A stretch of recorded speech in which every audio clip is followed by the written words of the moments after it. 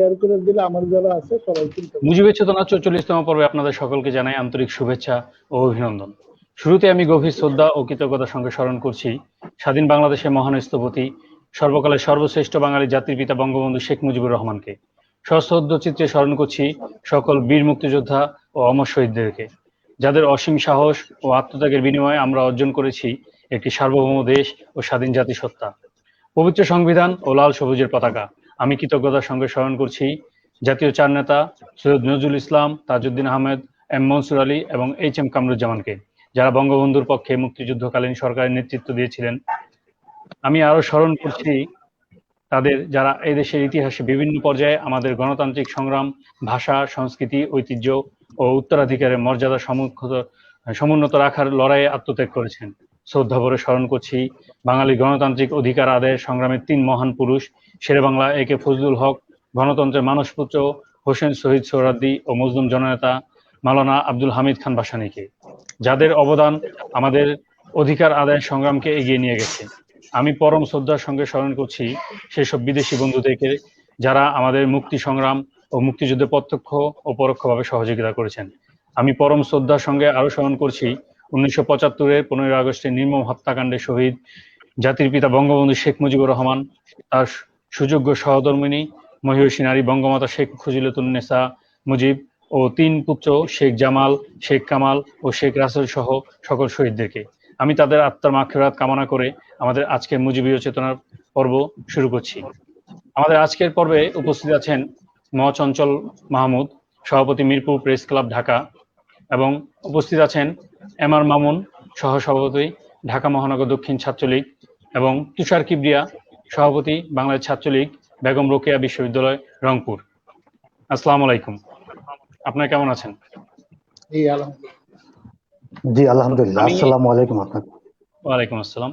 আমি আজকে আমাদের 44 পর্বে শুরুতেই প্রশ্ন করতে চাচ্ছি আমাদের শ্রদ্ধেয় বড় ভাই, মিরপুর প্রেস ক্লাবের সভাপতি চঞ্চল মাহমুদ ভাইকে। আচ্ছা চঞ্চল মাহমুদ ভাই, হেফাজতে ইসলাম বাংলাদেশের জন্ম হয় কওমি মাদ্রাসা ভিত্তিক একটি সংগঠন থেকে, যার জন্মকাল হচ্ছে 2010 সালের 19 জানুয়ারি। এই সংগঠনটি তৈরি করার উদ্দেশ্য কি বলে আপনি মনে করেন, এবং এটি কোন ধরনের সংগঠন? আপনার মতামত কি? আসলে আমাদের স্বাধীনতা যুদ্ধ মানে 1971 সাল, এটা 1947 সাল দেশভাগের সময় থেকেই মৌলবাদ গোষ্ঠী, হিন্দু মৌলবাদ বলেন, মুসলিম মৌলবাদ বলেন, এরা ধীরে ধীরে ধীরে ধীরে অগ্রসর হতে হতেই আমাদের 71 সালের এই মহান মুক্তিযুদ্ধ, এরপর বঙ্গবন্ধুকে সপরিবারে হত্যা করেছে এই মৌলবাদীরাই। তারপর ধীরে ধীরে অগ্রসর হতে হতে হতে হতে 2010 সালে জামাতে ইসলাম যখন নিশ্চিহ্ন হয়ে গেছিল এই দেশ থেকে প্রায়, তখন হেফাজতে ইসলামের ব্যানারে এই জামাতে ইসলামের নেতৃবৃন্দ হেফাজতের ব্যানারে তারা একত্রিত হয়ে মূলত এই দেশটাকে মৌলবাদী রাষ্ট্রীয় কায়েম করার জন্য তারা উঠে পড়ে লেগেছিল। এক পর্যায়ে 1913 সালে 5ই মে তারা মতিঝিল যে একটা অনুষ্ঠান বা সভার মাধ্যমে এই রাষ্ট্র দখলের যে ক্ষমতা দখলের যে চেষ্টা করেছিল, সেখানে অপারগতা বা পার পায় নাই, তাদেরকে প্রতিহত করা হয়েছে, রাষ্ট্র তাদের প্রতিহত করেছে। মূলত তাদের যে এম, তাদের যে ভিশন, সেটা হলো বাঙালি জাতিকে, বাঙালি জাতির সংস্কৃতিকে তারা ধূলিসাৎ করে মৌলবাদী রাষ্ট্র কায়েম করার জন্যই তাদের এই প্রয়াস বলে আমি মনে করি। ধন্যবাদ চঞ্চল ভাইকে। আমি এ পর্যায়ে যাব মামুন ভাইয়ের কাছে। আচ্ছা মামুন ভাই, আমরা যারা ইসলাম ধর্মের আছি, আমরা তো জানি যে ইসলামের হেফাজত করবে স্বয়ং আল্লাহ তাআলা। তাহলে হেফাজত ইসলাম এটা আসলে কি?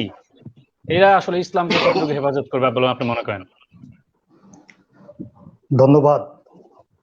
মুজিবীয় চেতনার আজকের 44তম পর্বের সম্মানিত সঞ্চালক জনাব পারভেজ আহমেদ রনক ভাই, আপনাকে। হেফাজত ইসলাম হেফাজতে ইসলাম একটি নাম তারা রেখে তারা যে অপকর্মের সাথে ইতিমধ্যে সম্পৃক্ত হওয়ার যে প্রমাণ দিয়েছে, তার নজির দেশবাসী বিশ্ববাসী দেখেছে। হেফাজত ইসলাম এই মৌলবাদী গোষ্ঠী ইসলামকে হেফাজত করতে পারে না। ইসলামকে হেফাজত করবে স্বয়ং আল্লাহ তাআলা।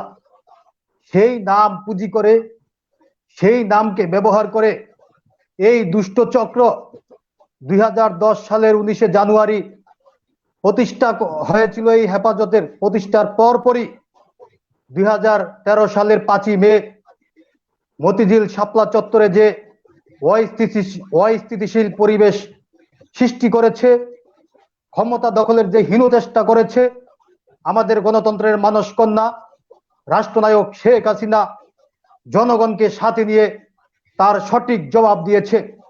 আমরা মনে করি যতদিন গণতন্ত্রের মানসকন্যা রাষ্ট্রনায়ক শেখ হাসিনা বেঁচে থাকবে, ততদিন এই হেফাজত নামদারি, এই পুঁজিবাদী সংগঠন, এই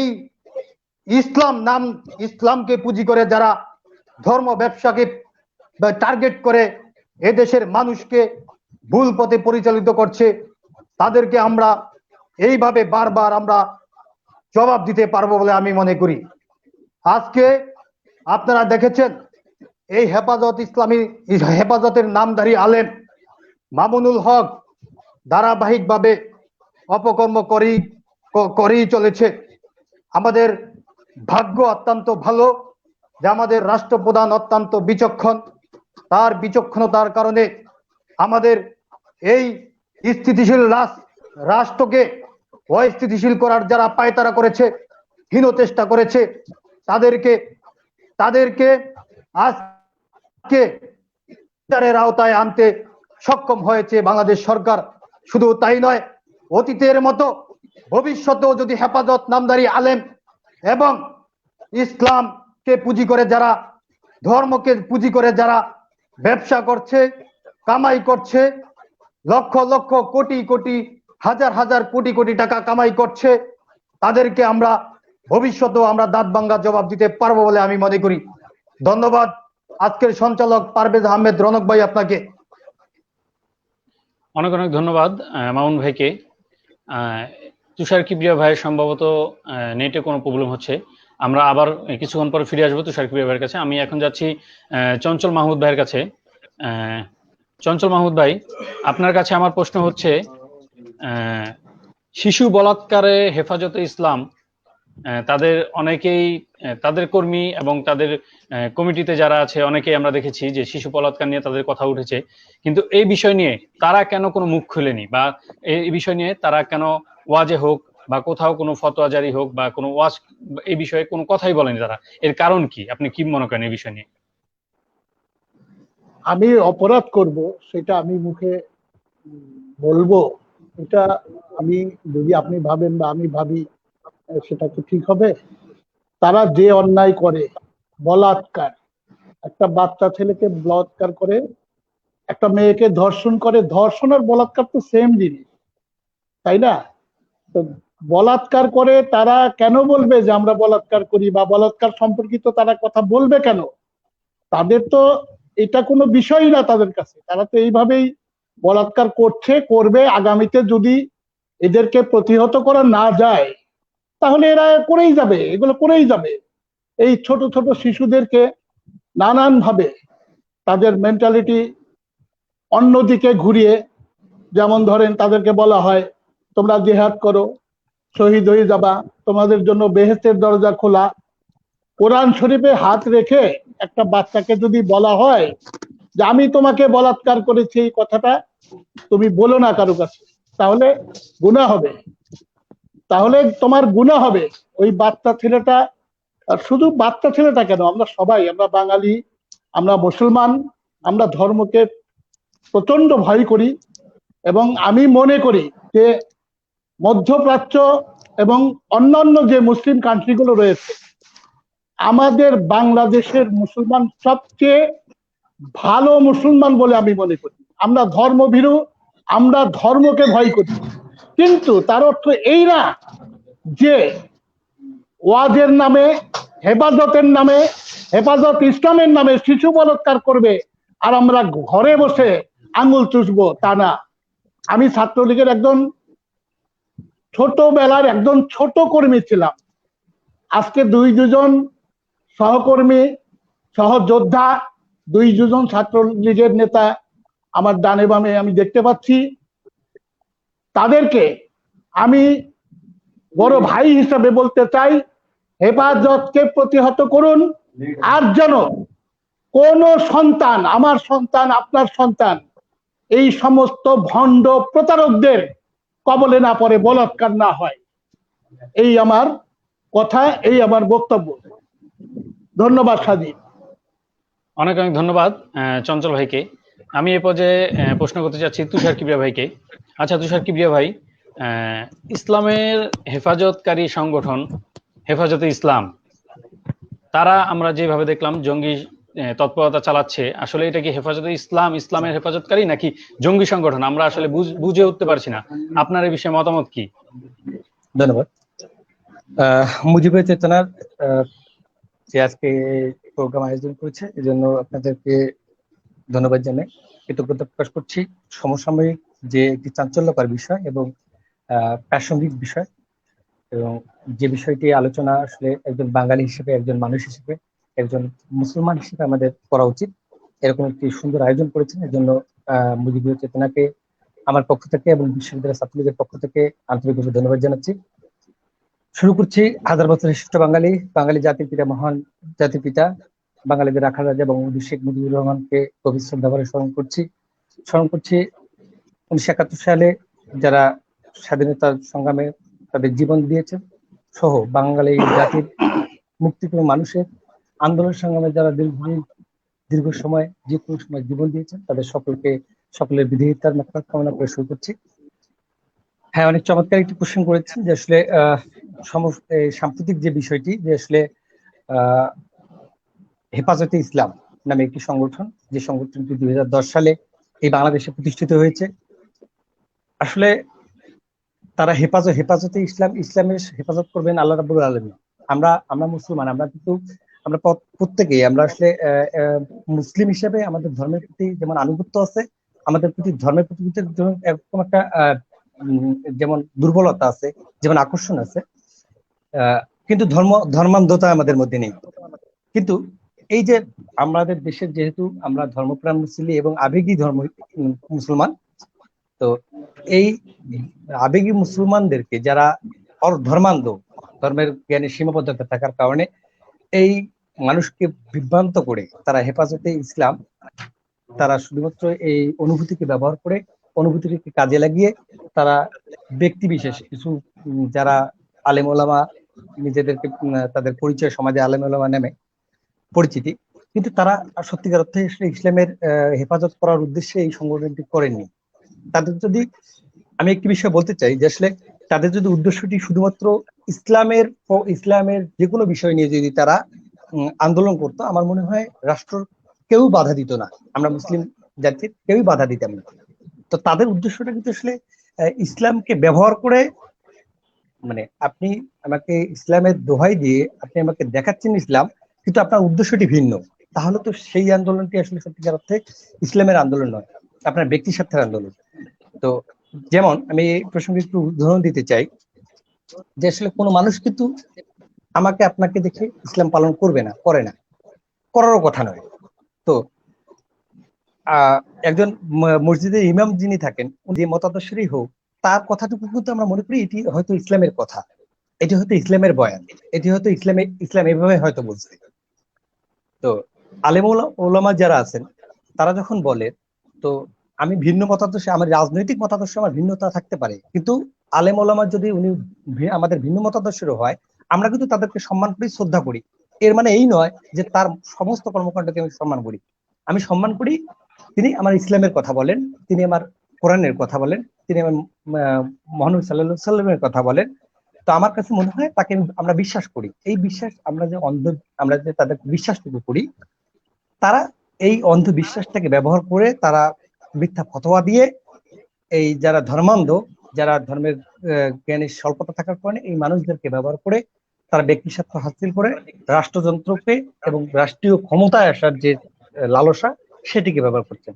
সে কারণে আমার মনে হয় যে এই সংগঠনটি সত্যিকার অর্থে ইসলামের জন্য সংগঠন নয়, এবং তারা শুধুমাত্র এই পবিত্র ধর্ম, শান্তির ধর্ম, সহনশীলতার ধর্ম, নমনীয়তার ধর্ম, পবিত্র ধর্ম ইসলাম ধর্মকে তারা ব্যবহার করছে। সেক্ষেত্রে আমি মনে করি হেফাজতে ইসলাম অবশ্যই ইসলামের হেফাজতকারী নয়, তারা ইসলামের সর্বোচ্চ ক্ষতিকারক এবং তারা ইসলামের দুশ্মন, ইসলামের সর্বোচ্চ ক্ষতিটুকুই তারা করছে, তাই তাদের বিচার হওয়া উচিত। ধন্যবাদ। ধন্যবাদ তুষার কিবরিয়া ভাইকে। আমি এই পর্যায়ে যেতে যাচ্ছি মামুন ভাইয়ের কাছে। মামুন ভাইয়ের কাছে আমার প্রশ্ন হচ্ছে, বিভিন্ন সময় বিভিন্ন ফতোয়া আমরা দেখতে পাচ্ছি, শুনতে পাচ্ছি, তারা বিভিন্ন ফতোয়া তৈরি করছে। এর মধ্যে একটি ফতোয়া হচ্ছে ছাত্রলীগ যুবলীগ জান্নাতে যাবে না কখনোই, এবং তাদের জানাজাও তারা পড়বে না। এই বিষয়ে আসলে তারা বলার কে?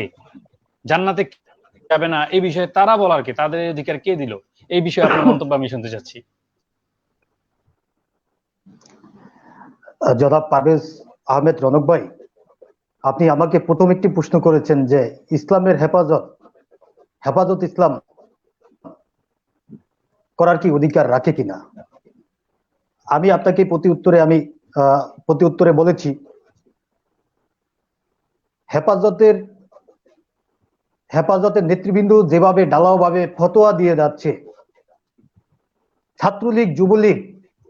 ছাত্রলীগের যুবলীগের কোন নেতা কর্মী মারা গেলে তাদের জানাজা করা হারাম, এই ফতোয়া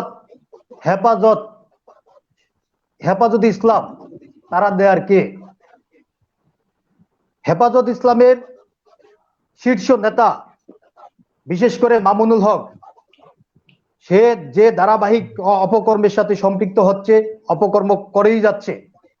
আমরা শুধু মামুনুল হকের অপকর্ম আমাদের কাছে প্রকাশ পেয়েছে। আমি এখানে আজকে চ্যালেঞ্জ করে বলতে পারবো, হেফাজত ইসলামের যারা নেতৃত্ব দিচ্ছে, তৃণমূল পর্যায় থেকে শুরু করে কেন্দ্রীয় নেতৃবৃন্দ পর্যন্ত প্রতিটি নেতা এই অপকর্মের সাথে সম্পৃক্ত। তারা নারী কেলেঙ্কারি থেকে শুরু করে রাষ্ট্রীয় সর্বোচ্চ অপরাধ তারা করে যাচ্ছে ধারাবাহিকভাবে। আজকে তারা ফতোয়া দিচ্ছে ছাত্রলীগ যুবলীগের কোন নেতা কর্মী মারা গেলে তাদের জানাজা পড়া হারাম। মামুনুল হক, এই ফতোয়া দেওয়ার তুমি কে? এই ফতোয়া দেওয়ার তুমি কেউ নয়। আজকে তুমি যেই অন্যায় কাজ করেছ, এই ফতোয়া দিয়ে তুমি সর্বোচ্চ অন্যায় কাজের সাথে তুমি সম্পৃক্ত হয়েছ। আমরা সেদিনও বলেছি, ছাত্রলীগ যুবলীগের কাছে তুমি ক্ষমা চাইতে হবে। আমাদের গণতন্ত্রের মানসকন্যা রাষ্ট্রনায়ক শেখ হাসিনার কাছে তুমি ক্ষমা চাইতে হবে, আল্লাহর কাছে ক্ষমা চাইতে হবে। তুমি ফতোয়া দেওয়ার কেউ নয়, তুমি ইসলামের কেউ নয়, তুমি ভুল পথে পরিচালিত হচ্ছ। তুমি কিছুদিন পূর্বে তুমি বলেছ আমাদের নবী করিম হযরত মুহাম্মদ সাল্লাল্লাহু আলাইহি সাল্লাম যেভাবে ঠোঁট নেড়েছেন, তুমি সেইভাবে ঠোঁট নাড়িয়ে তুমি ইসলাম মুসলিম উম্মাহকে তুমি দেখিয়েছ। নবী করিম সাল্লাল্লাহু আলাইহি সাল্লামের জীবদ্দশায় তুমি কি দেখেছো নবী করিম সাল্লাল্লাহু আলাইহি সাল্লাম কিভাবে ঠোঁট নাড়িয়েছে? এই ধরনের ভাওতাবাজি বন্ধ করো, অন্যথায় তোমাদেরকে কঠিন জবাব দিতে হবে। আজকে আমাদের গণতন্ত্রের মানসকন্যা রাষ্ট্রনায়ক শেখ হাসিনার দিকে আমরা তাকিয়ে রয়েছি। আমরা ছাত্রলীগের নেতৃবৃন্দ, যুবলীগের নেতৃবৃন্দ ইচ্ছা করলে আমরা কঠিন জবাব দিতে পারতাম। নেত্রী আমাদেরকে শান্ত থাকতে বলেছে, নেত্রী তার জবাব দিচ্ছে, বিচার করছে। আজকে হেফাজতের এই নেতা মামুনুল হক যেই ফতোয়া দিয়েছে, শুধু মামুনুল হকের মধ্যেই সীমাবদ্ধ নয়। কিছুদিন পূর্বে আজকে হেফাজতের আমির বাবুনগরীও বলেছে, নবী করিম সাল্লাল্লাহু আলাইহি সাল্লামকে নিয়ে কটূক্তি করেছে, তোমরা ইসলামের হেফাজত করবা, তোমাদের কাছে ইসলাম পবিত্র নিরাপদ নয়। আপনারা জানেন যে 5ই মে এই হেফাজত নামদারি আলেমরা আমাদের এই মুক্তিযুদ্ধের সপক্ষ শক্তি বাংলাদেশ আওয়ামী লীগ রাষ্ট্র ক্ষমতায় আসার পর তাদের ঘুম হারাম হয়ে গিয়েছে। 5ই মের পর তারা 2014 সালে তারা অপকর্ম করিয়েছে। 2015 সালে তারা আন্দোলন সংগ্রাম করে সরকারকে বেকায়দায় চেষ্টা করেছে। তেমনি ভাবে 2018 সালের নির্বাচনের পূর্ব তারা দেশে অরাজকতা তৈরি করে নির্বাচনকে বানচাল করার চেষ্টা করেছে। তেমনি ভাবে 2020 সালে বাঙালি জাতির মহান নেতা, বাঙালি জাতির মহান শিক্ষক, হাজার বছরের শ্রেষ্ঠ বাঙালি জাতির পিতা বঙ্গবন্ধু শেখ মুজিবুর রহমানের ভাস্কর্য নিয়ে এই মামুনুল হক কটূক্তি করেছে। জাতির পিতা বঙ্গবন্ধু শেখ মুজিবুর রহমানের ভাস্কর্য বুড়িগঙ্গায় নিক্ষেপ করবে বলেও সে বক্তৃতা করেছে। আমি আমাদের গণতন্ত্রের মানস কন্যা রাষ্ট্রনায়ক শেখ হাসিনার কাছে অনুরোধ করব, কোনোভাবেই এই হেফাজত ইসলামকে মাথা চারা দিয়ে উঠতে দেওয়া যাবে না। বাংলাদেশ থেকে নিশ্চিহ্ন করে দিতে হবে। এই হেফাজত ইসলামের হেফাজত নয়, এই হেফাজত হচ্ছে পাকিস্তানের মদতদাতা। এই হেফাজত হচ্ছে বাংলাদেশকে অস্থিতিশীল করার একটি পায়তারা করার হীন চেষ্টার সংগঠন। এই হেফাজত হচ্ছে ওই লন্ডনে বসে থাকা খালেদা জিয়ার কুপুত্র তারেক রহমানের নির্দেশ পালন করার সংগঠন। এই হেফাজত হচ্ছে সেই হেফাজত। আজকের এই লাইভ প্রোগ্রামে আমি আপনাদের মাধ্যমে আমি গণতন্ত্রের মানস কন্যা রাষ্ট্রনায়ক শেখ হাসিনাকে বলিতে চাই, হেফাজতকে নিশ্চিহ্ন করে দিতে হবে। হেফাজতের রাজনীতি চিরতরে নিষিদ্ধ করতে হবে। কিছুদিন পূর্বে হেফাজতের আমির ভণ্ড বাবুনগরী এই কমিটিকে বিলুপ্তি করেছেন। ওই রাতেই 3 সদস্যের আহ্বায়ক কমিটি করেছেন। ওই আহ্বায়ক কমিটির সাথে যারা সম্পৃক্ত, যারা এই আহ্বায়ক কমিটির সাথে সম্পৃক্ত রয়েছে, সদস্য রয়েছে, তারাও বাংলাদেশের বিভিন্ন অপরাধ কর্মের সাথে সম্পৃক্ত। অতএব এই হেফাজতের কমিটি বিলুপ্ত করা হোক, এই হেফাজতের কমিটি অবাঞ্ছিত ঘোষণা করা হোক। আমাদের গণতন্ত্রের মানস কন্যা রাষ্ট্রনায়ক শেখ হাসিনাকে অনুরোধ করব, হেফাজতকে নিশ্চিহ্ন করতে হবে। হেফাজতের রাজনীতি আজীবনের জন্য নিষিদ্ধ করতে হবে। ধন্যবাদ রনক ভাই আপনাকে। অনেক অনেক ধন্যবাদ মামুন ভাই আপনাকে। আমি এখন যেতে যাচ্ছি তুষার কিবরিয়া ভাইয়ের কাছে আবারও। তুষার কিবরিয়া ভাইয়ের কাছে আমার প্রশ্ন হচ্ছে, কিছুদিন আগে আমি দেখতে পারলাম আমরা যে ব্রাহ্মণবাড়িয়ায় যে সহিংসতা তারা করলো এবং সোনারগাঁয়ের মতো জায়গায় তারা আওয়ামী লীগের অনেক নেতাকর্মীদের বাড়িতে আগুন ধরিয়ে দিল এবং ভাঙচুর করলো এবং অনেক ক্ষয়ক্ষতি করেছে সরকারি অনেক প্রতিষ্ঠান এবং বঙ্গবন্ধুর ভাস্কর্যকে নিয়ে তারা যেই কাজটা করলো, এতে আমরা দেখতে পেলাম এতিম অসহায় শিশুদের মগজ ধোলাই করে তারা যে কাজগুলো করছে। আসলে এটা কোন পর্যায়ের কতটা খারাপ বলে আপনি মনে করেন? আসলে এ নিয়ে আমাদের ব্যবস্থা গ্রহণ করা উচিত কিনা এবং কি পর্যায়ের ব্যবস্থা গ্রহণ করা উচিত? ইতিমধ্যেই আমরা অনেক কিছু দেখতে পাচ্ছি, আরো কিভাবে করলে আপনার মতে ভালো হয়?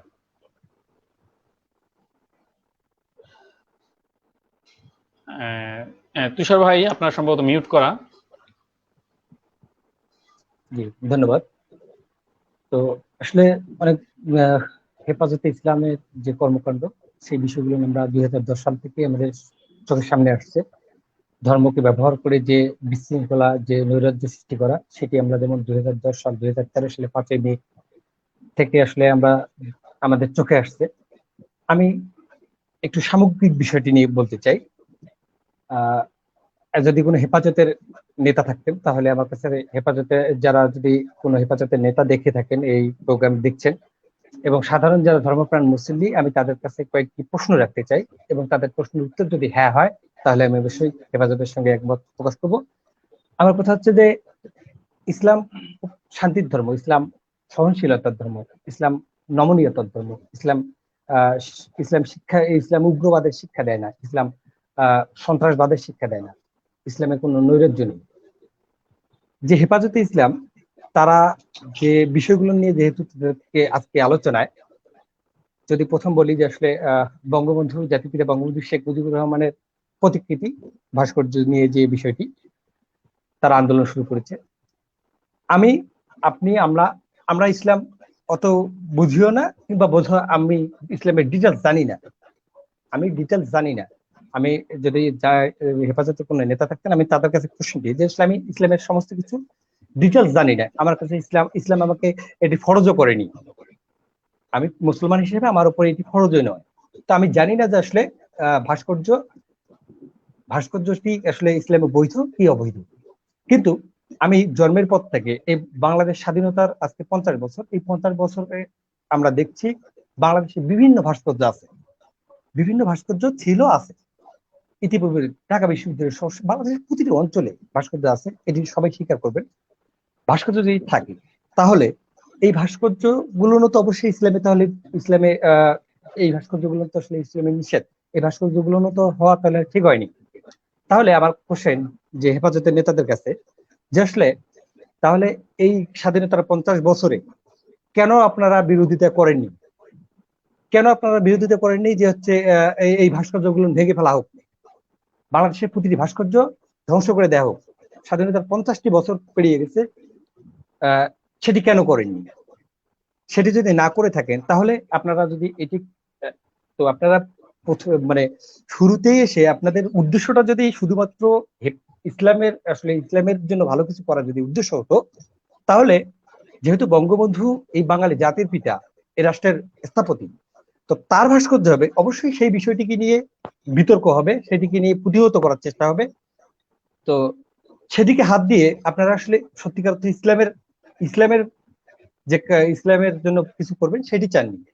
আপনারা চেয়েছেন একটি ইস্যু তৈরি করে নিজেদের সক্ষমতা দেখানো, যে আমাদের শক্তি সামর্থ্য দেখানো, নিজেদেরকে রাষ্ট্রীয় ক্ষমতার অংশীদার হিসেবে যেন অংশ নিতে পারেন, সেই সুযোগ সন্ধানী একটি প্ল্যাটফর্ম তৈরি করিয়ে সেটিকে জনগণে বোঝানোর চেষ্টা করেছেন যে আসলে আপনারা রাষ্ট্রীয় ক্ষমতায় আসতে পারেন, এই সক্ষমতা আপনাদের আছে, এটি বোঝানোর চেষ্টা করেছেন বলে আমার মনে হয়। তো সেক্ষেত্রে আপনারা করতে পারতেন যে আসলে তাহলে আপনাকে প্রথমেই সেটি বলতে হতো যে ঢাকা বিশ্ববিদ্যালয়ের রাজু ভাস্কর্য আছে, সারা বাংলাদেশের বিভিন্ন ভাস্কর্য গুলো আছে, এতদিন প্রতিবাদ করেননি, তাহলে আপনি এতদিন তাহলে ধর্মে, আপনি তো আলেম, আপনি তো সমাজে আলেম হিসেবে পরিচিত, আপনাদের তো নৈতিক দায়িত্ব। ইসলাম তো এটি বলেছে যে কোন সমাজে যদি ধর্মবিরোধী কোনো কাজ হয় সেটা তো তৎকালীন সমাজের যারা আলেম আছেন এই মানুষগুলো দেখবেন। তাহলে আপনি 50 বছরে দেখেননি, আপনি 50 বছর আপনারা দেখেননি, সব মানে ইসলাম বিরোধী একটি কর্মকাণ্ড হয়ে আসছে, সেটিকে আপনারা প্রতিহত করেননি। তাহলে এই 50 বছর আপনি এই বাঙালি জাতির সঙ্গে ধোঁকামি করেছেন। আপনি আপনার লেবাস দিয়ে ধর্মকে ব্যবহার করে আপনার যে পবিত্র ধর্মবিরোধী একটি ধর্মের বাইরে কাজ হচ্ছে, ইসলাম সমর্থন করে না এমন একটি কাজ গত 50 বছর ধরে হয়ে আসছে, কিন্তু আপনারা বিরোধিতা করেনি। এর অর্থ দাঁড়ায় যে আপনারা মৌন সমর্থন করছেন। তাহলে এতদিন আপনারা কেন করেননি? আপনি ধর্মকে ব্যবহার করে আপনার যে দায়িত্ব ছিল সেটি পালন করেননি। তাহলে প্রথমেই আপনাদের বলা উচিত ছিল যে আমরা এতদিন ভণ্ডামি করেছি, কিন্তু এই বঙ্গবন্ধুর প্রতিকৃতি থেকে, এই ভাস্কর্য থেকেই আমরা ভালো হলাম। আপনি এতদিন ভণ্ডামো করেছেন, আপনি ধর্ম নিয়ে ব্যবসা করেছেন, সেটি যদি স্বীকার করতেন তারপর আপনাদেরকে যে কেউ মেনে নিত। আমি সেই বিতর্কে যাই না, ইসলাম কি বলেছে আমি সেটি জানি না হয়তো, কিন্তু এতদিন যেহেতু আলেম ওলামারা বিরোধিতা করেনি, আমি ধরে নিয়েছি যে এটি ইসলামে যায়। এই কারণেই আমরা বঙ্গবন্ধুর ভাস্কর্যকে সমর্থন করি এবং করব, এবং ভাস্কর্য হবে। আরেকটি বিষয় যে আসলে যদি তারা ইসলামের সত্যিকার এই ইসলামের হেফাজত করবেন, যে এটি তো আসলে ইসলাম কখনোই হেফাজত করার দায়িত্ব অন্য কাউকে দেয়নি, ইসলাম তো হেফাজত করেন আল্লাহ রাব্বুল আলামিন। তো আমরা আমাদের ক্ষুদ্র জ্ঞানে বুঝি, আমি যদি আজকে করোনা নিয়ে বলি যে আসলে করোনা কি কি করতে হবে, কি কি চিকিৎসা নিতে হবে, তো সেটি কিন্তু মানুষ গ্রহণ করবে না, কেননা আমি ডাক্তার নই। কিন্তু একজন ডাক্তার যখন বলবে সেটি কিন্তু মানুষ গ্রহণ করবে। কেন? ডাক্তার উনি এই বিষয়ে জানেন, এ কারণে গ্রহণ করবে। এমনকি আমাদের মানে সর্বোচ্চ অনেক বড় নেতারাও যদি বলেন, ডাক্তার নন কিন্তু হচ্ছে উনি যদি যে আসলে করোনা নিয়ে আমাদেরকে এই বিষয়গুলো, এই ওষুধ খেলে করোনা সেরে যাবে, এটিকে কিন্তু কেউ গ্রহণ করবে না। কিন্তু একজন ডাক্তার যখন বলবেন তখন কিন্তু গ্রহণ করবে। কেন? কারণ তার সেই জায়গাটুকু আছে। তো আমি ইসলামের কথা বললে কিন্তু কোনো মুসলমান সেটি গ্রহণ করবে না, আমি গ্রহণ করতেও বলি না। মানে আমরা যে কোনো মানুষই আমরা কিন্তু একজন সে যে মতাদর্শের নেতাই হোক না কেন, যে মতাদর্শের মানুষই হোক না কেন, তিনি যদি সত্যি করতে আলেম হিসেবে পরিচিত হন, তো হচ্ছে তার হয়তো রাজনৈতিক মতাদর্শ ভিন্নতা থাকতে পারে, কিন্তু তার ইসলামের যে বয়ানগুলো সেইগুলোকে আমরা গ্রহণ করি, আমরা অনুসরণ করি। সেক্ষেত্রে তা আপনারা ইসলামে হেফাজতে ইসলাম, তাহলে আমার কথা হচ্ছে ভণ্ডপীর দেওয়ানবাগী তিনি নিজেকে মা ফাতেমার সঙ্গে তার বিয়ে হয়েছে এমন দাবি করেছেন, যে ধৃষ্টতা দেখিয়েছেন, যে আসলে মানে আমি অবাক হয়ে যাই যে এইসব মানুষেরও কিছু ভক্ত থাকে।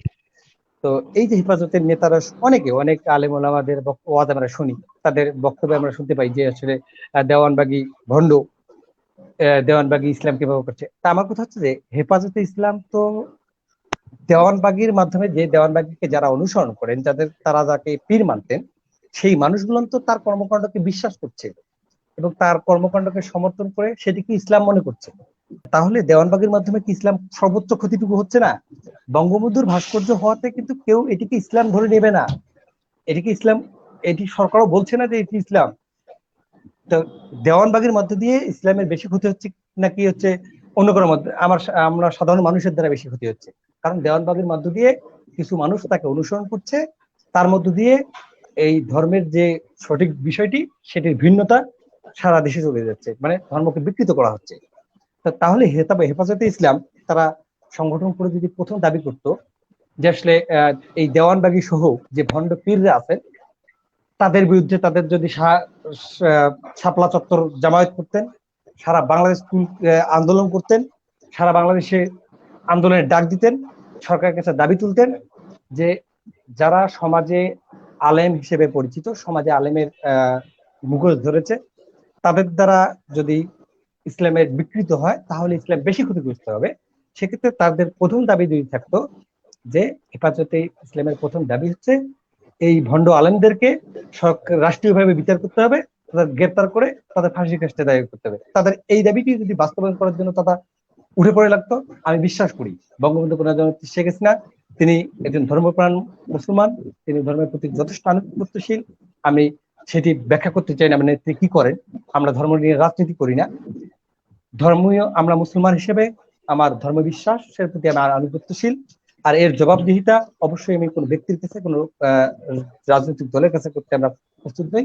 এটা আল্লাহ রাব্বুল আলামিন পরকালে দেখবেন, সেটি নিয়ে তো জবাবদিহিতা আমাকে পৃথিবীতে করতে বলা হয়নি। তো আপনারা যেহেতু হেফাজতে করছেন, তাহলে কেন আপনারা দেওয়ানবাগী সহ এই ভণ্ডপীরদের বিরুদ্ধে আন্দোলন করেননি? তাহলে চোরে চোরে মাস্তুতো ভাই এটি প্রকাশ পায়। অবশ্যই এই প্রগতিশীল একজন মানুষের দ্বারা কিন্তু ইসলাম, ওই মানুষের দ্বারা কিন্তু ইসলামটা বেশি ক্ষতিগ্রস্ত হচ্ছে না। সেটি ইসলামের খারাপ কাজ অনেক মানুষ করতেই করে, তো তার কিন্তু তাকে দেখে কিন্তু অন্য কেউ মনে করবে না যে এটি ইসলামের কাজ। কিন্তু দেওয়ানবাগী সহ যে ভণ্ড আলেমরা আছেন, তাদের যে বিতর্কিত কর্মকাণ্ড আছে, আমরা ধর্মপ্রাণ মুসলিম কিন্তু অনেকেই কিন্তু সেদিকেই মনে করছে এটাই ইসলাম। তো সবচেয়ে বেশি ইসলামের তাদের মাধ্যমে হচ্ছে। বেগম রোকেয়া বিশ্ববিদ্যালয় কলেজ ছাত্র, বেগম রোকেয়া বিশ্ববিদ্যালয়ের সুযোগ্য সভাপতি তুষার কিবরিয়া ভাই, আপনাকে আমি যেটা বলতে চাচ্ছি যে ইতিমধ্যে আপনিও দেখেছেন যে আমাদের নামধারী এক শিশু বক্তা, কি মাদানি না যেন কি একটা ছেলে, রফিকুল হক মাদানি ভাই, আমি ওই প্রসঙ্গে আসছি। এই ছেলেটি বলেছে, এই ছেলেটি ওয়াজ মাহফিলে বলে আমি প্রধানমন্ত্রী মানি না, আমি রাষ্ট্রপতি মানি না, আমি স্বরাষ্ট্রমন্ত্রী মানি না, আমি রাষ্ট্র মানি না। অতঃপর ওরা কি মানে, ওদের চাওয়া কি, ওদের পাওয়া কি, এটা আমরা স্পষ্ট।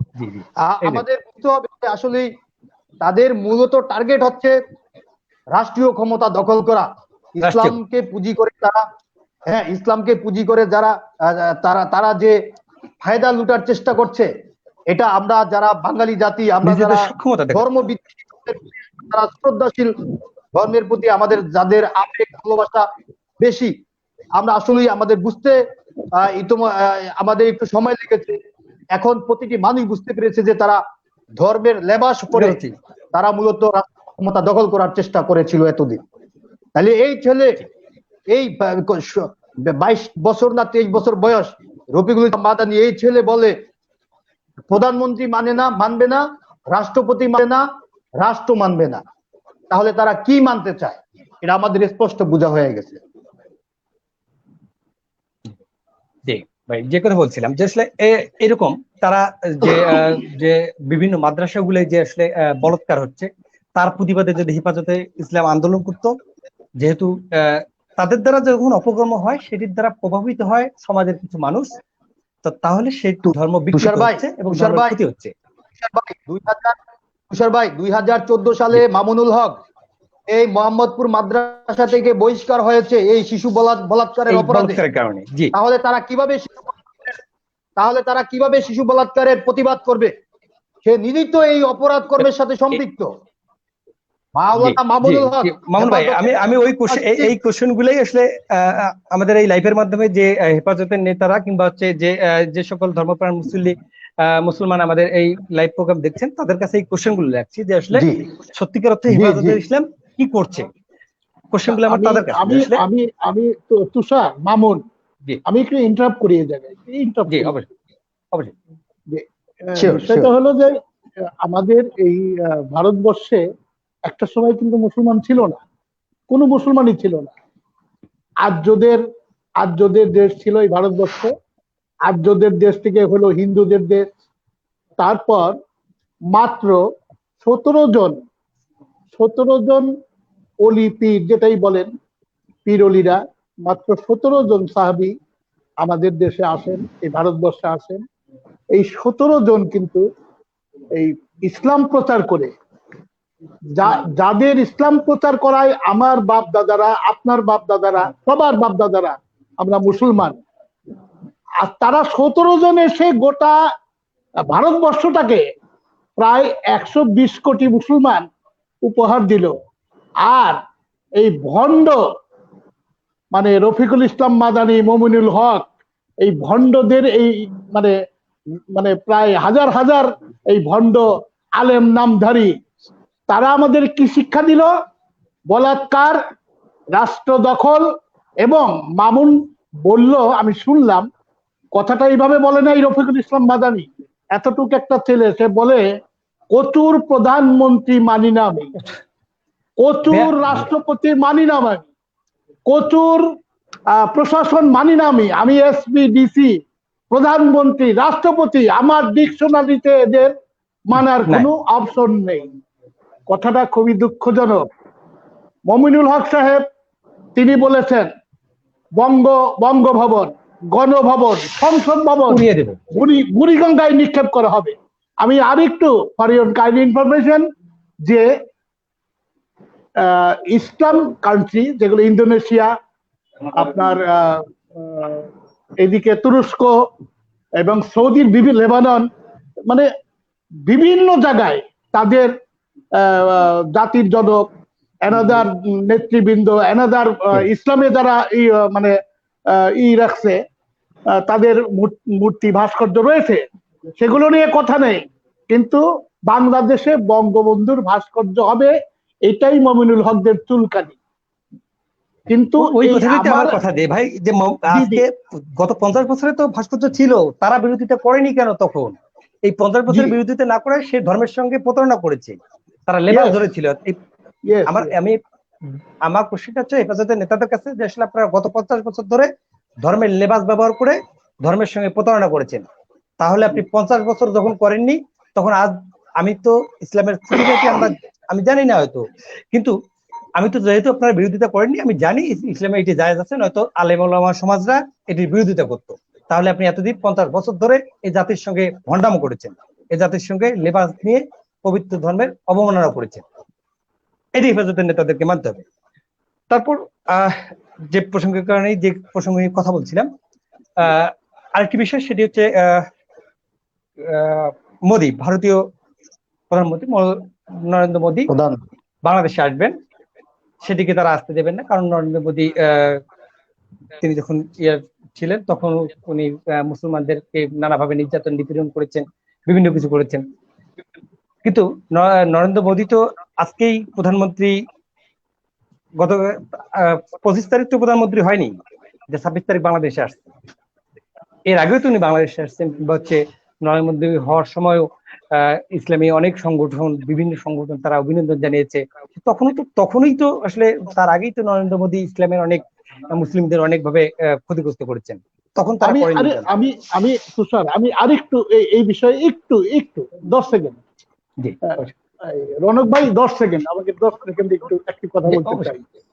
এই যে নরেন্দ্র মোদী ভারতের প্রধানমন্ত্রী, তিনি বাংলাদেশে আসবেন, এই সংবাদ শুনে মমিনুল হকরা যে আজ মানে গজব সৃষ্টি করেছিল বাংলাদেশে, এরা কি ইতিহাস পড়েছে কখনো? দেখেন, আমি লিখতে পারি, আমি কখনো আমার এই জীবনের প্রথম এই একটা টক শোতে এইভাবে কথা বলাটা, মানে আমি পারতেওছি না মনে হয়। আমি লিখতে পারি কিন্তু আমি কথা বলাটা আমার হয় না। তবুও বলছি যে এই নরেন্দ্র মোদী 1971 সালে মহান মুক্তিযুদ্ধ, বঙ্গবন্ধুর নেতৃত্বে মহান মুক্তিযুদ্ধ যখন শুরু হয় ভাব, এই নরেন্দ্র মোদী গুজরাট থেকে ইন্দিরা গান্ধীকে বলেছিলেন যে বাংলাদেশকে সহযোগিতা করার জন্য। এই ইনফরমেশনটা কি মমিনুল হক এই জানোয়াররা জানে? এই জানোয়াররা জানতো যে নরেন্দ্র মোদী প্রথম গুজরাট থেকে ইন্দিরা গান্ধীকে বলেছিলেন যে ম্যাডাম বাংলাদেশকে সহযোগিতা করেন? এই ইনফরমেশনটুকু আপনাদের দিলাম, এই ইনফরমেশনটা আপনাদের যথার্থে দিলাম। বলেন। মানে ভাই সেটাই হচ্ছে বিষয় যে আসলে নরেন্দ্র মোদী যে গুজরাটে যখন তিনি ক্ষমতায় ছিলেন তখন ইসলামের বিরোধিতা করেছেন, ইসলামের ক্ষতি করেছেন, হয়তো সেটি করেছেন তাদের যে দাবি। তো সেই দাবি কিন্তু নরেন্দ্র মোদী তো, আমার কথা হচ্ছে 25 তারিখ প্রধানমন্ত্রী হয়নি, এর আগেও তো বাংলাদেশে আসছে, তো তখনও তো তারা বিরোধিতা করেননি, কিংবা তারা নরেন্দ্র মোদী হওয়ার পরে অভিনন্দন জানানো তো একদিনের বিষয় নয়, তারা তখন অভিনন্দন জানিয়েছেন, মানে পরোক্ষভাবে সমর্থন করেছেন। আরেকটি বিষয় হচ্ছে যে উনি তো এখানে সুন্নি একজন আলেম বোধহয় তো এই কথাটিও বলেছেন, কি নাম ঠিক জানি না, তো কথাটি অনেক যৌক্তিক আমার মনে হয়েছে যে আসলে উনি তো এখানে ইসলাম প্রচার করতে আসেননি কিংবা ইসলামের কোনো কাজে আসেননি, উনি রাষ্ট্রীয় প্রধানমন্ত্রী হিসেবে এসেছেন। রাষ্ট্রের প্রধানমন্ত্রী মানে যেমন হচ্ছে সৌদি আরব সহ অনেক রাষ্ট্রেই তো মুসলমান রাষ্ট্র মনে হচ্ছে যে তার কর্ম, তার ধর্মীয় বিষয়বাদী সেগুলো তার রাষ্ট্রে হবে, কিন্তু এখানে উনি আসছেন রাষ্ট্রের প্রধানমন্ত্রী হিসেবে। আমাদের প্রতিবেশী রাষ্ট্র, মুক্তিযুদ্ধের সহযোগিতাকারী রাষ্ট্র, স্বাধীনতার সুবর্ণ জয়ন্তীতে তারা আমন্ত্রণ পাবেন, তাদেরকে আমরা তাদেরকে বিভিন্নভাবে গেস্ট করবে, সেটি স্বাভাবিক। তো সেখানে ধর্মের কোন বিষয়টি আসলো সেটি আমার কাছে যেটি আমার ব্যক্তিগতভাবে মনে হয়েছে, তো আমার কাছে মনে হয়েছে যে আসলে নরেন্দ্র মোদীটা আসলে হেফাজতে ইসলামের বিষয় ছিল না, তাদের বিষয় ছিল আল্লামা আহমেদ শফী মৃত্যুর পর তাদের যে হেফাজতে ইসলামের যে অভ্যন্তরীণ দ্বন্দ্ব, সেই দ্বন্দ্বের বহিঃপ্রকাশ হিসেবে তারা এই নরেন্দ্র মোদী হোক যে কোনো বিষয় হোক, তাদের একটা ইস্যু দরকার ছিল নিজের সক্ষমতা দেখানো, শফিপন্থীকে আমাদের তুষার কিবরিয়া ভাই ভারতের প্রধানমন্ত্রী নরেন্দ্র মোদী বাংলাদেশে এসেছেন 26 তারিখে। 24 তারিখে মামুনুল হক হেফাজত সংগঠনের পক্ষ থেকে তিনি বিবৃতি দিয়েছেন। তিনি বলেছেন তাদের কোনো কর্মসূচি থাকবে না, তবে তারা ভারতের আগমনকে তারা সমর্থন করবে না।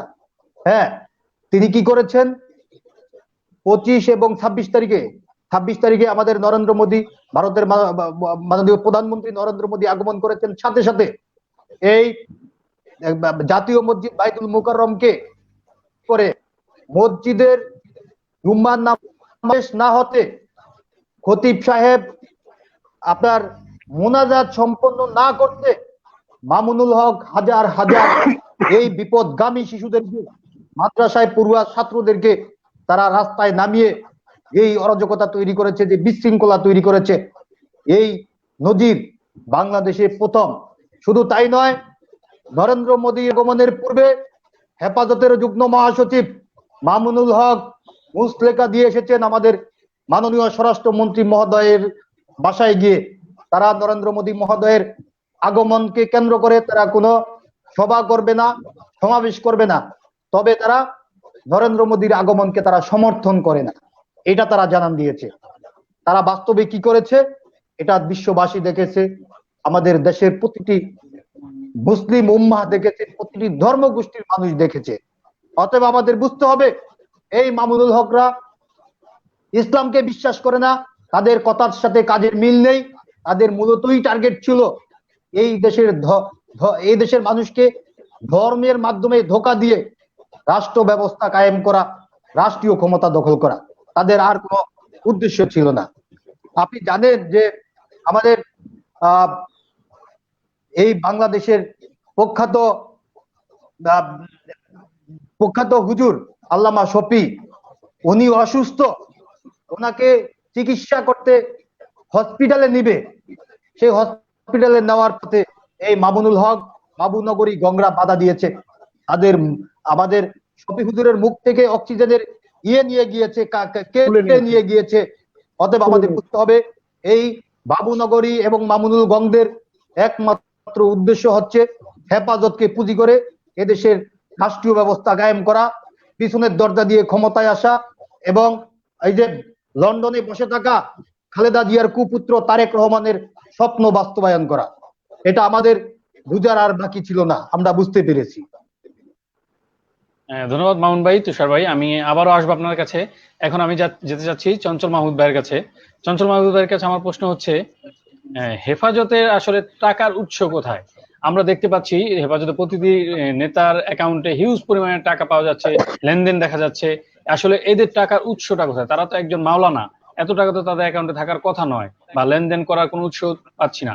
আসলে কোথা থেকে এত টাকা আসছে তাদের অ্যাকাউন্টে এবং কিভাবে যাচ্ছে, কোথায় লেনদেন হচ্ছে, এর উৎসটা আসলে কোথায়?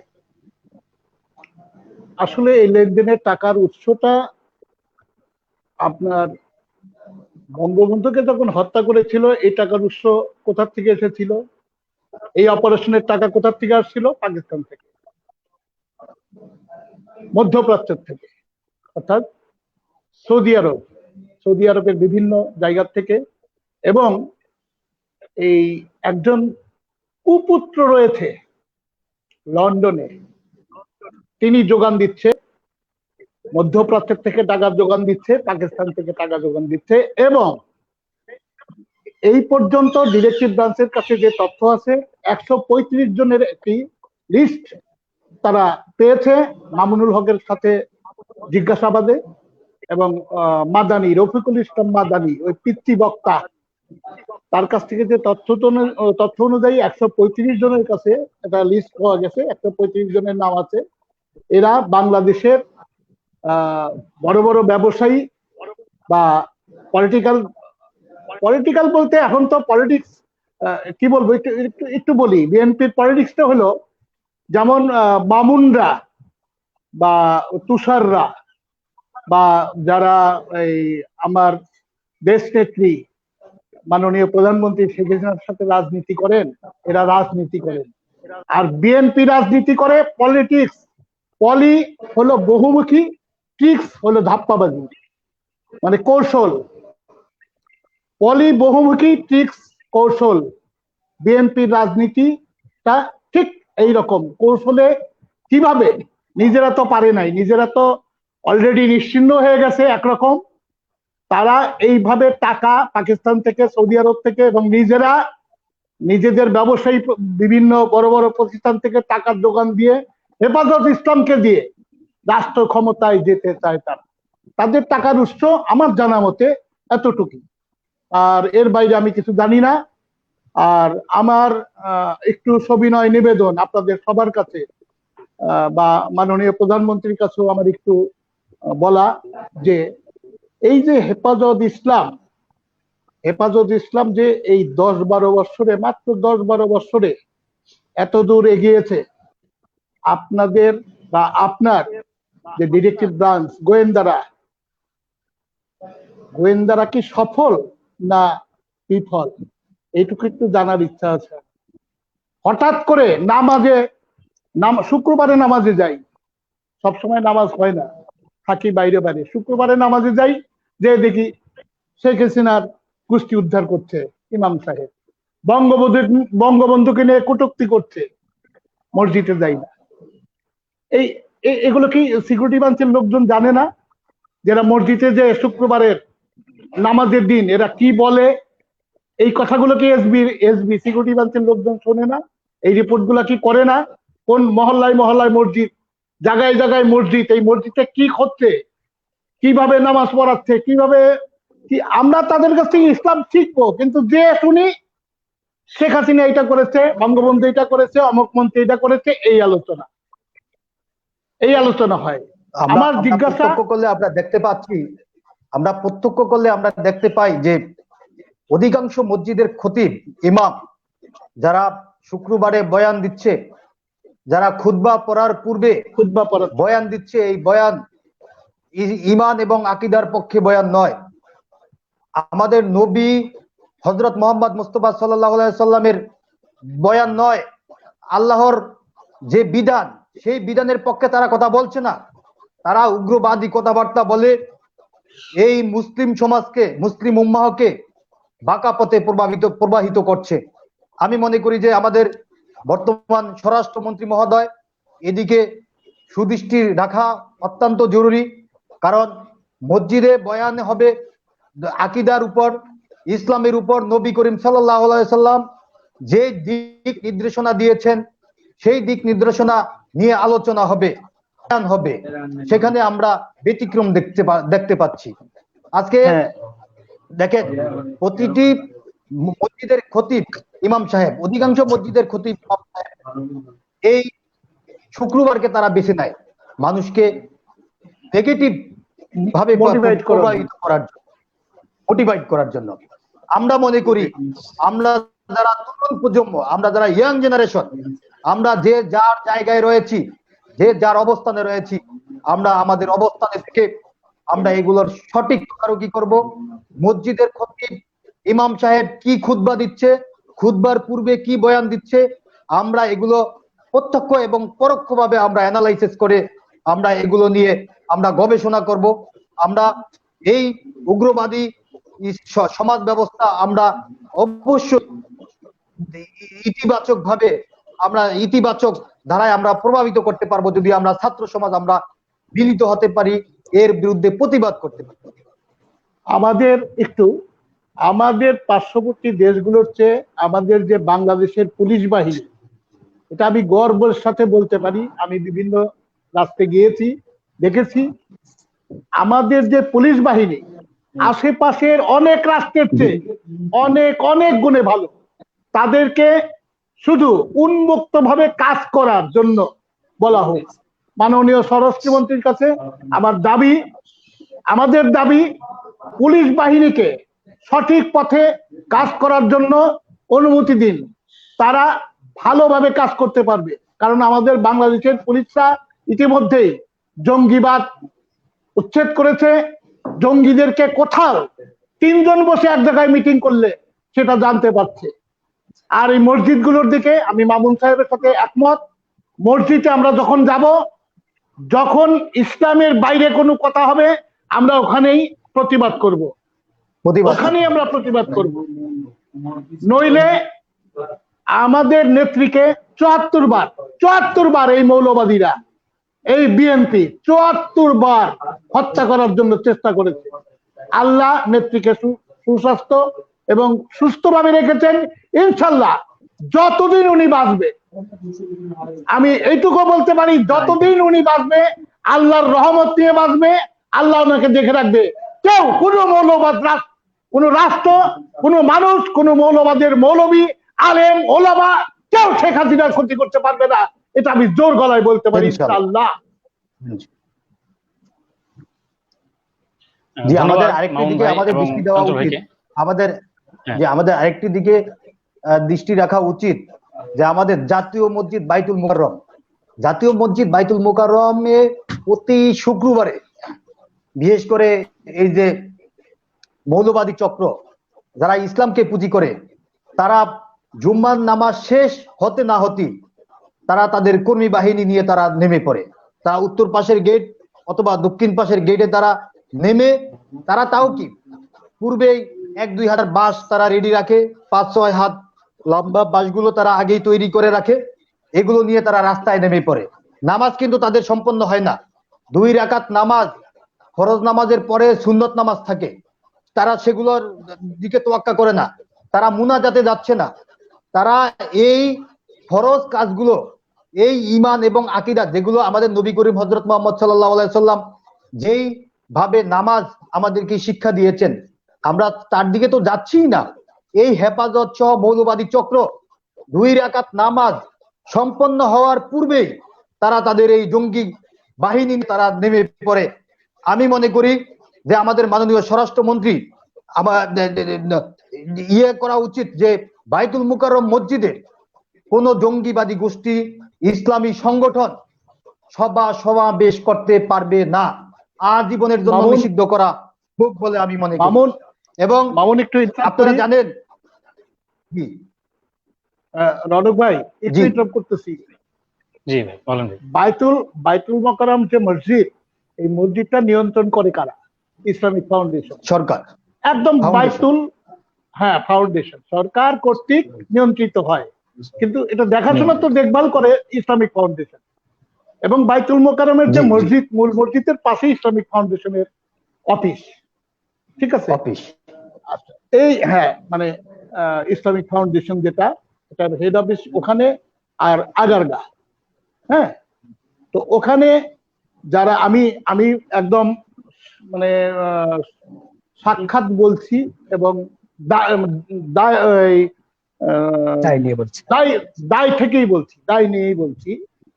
ওখানে আমি গত আফজাল সাহেব যখন ছিলেন ডিজি, ডিরেক্টর জেনারেল, উনি আমাদের শেখ জামাল ভাইয়ের ক্লাস ফ্রেন্ড।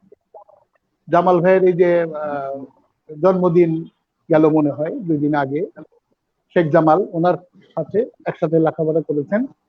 উনি ডিজি থাকা অবস্থায় আমি গিয়েছিলাম। সেখানে আমাদের ছাত্রলীগের 3-4টা ছেলে অ্যাসিস্ট্যান্ট ডিরেক্টর, ডেপুটি ডিরেক্টর হিসেবে চাকরি হয়েছে, তারা চাকরি করছে। তার মধ্যে একজন বাদল কেন্দ্রীয় কমিটিতে ছিল ছাত্রলীগের, চেনেন কিনা আমি জানি না, ডাকনাম বাদল।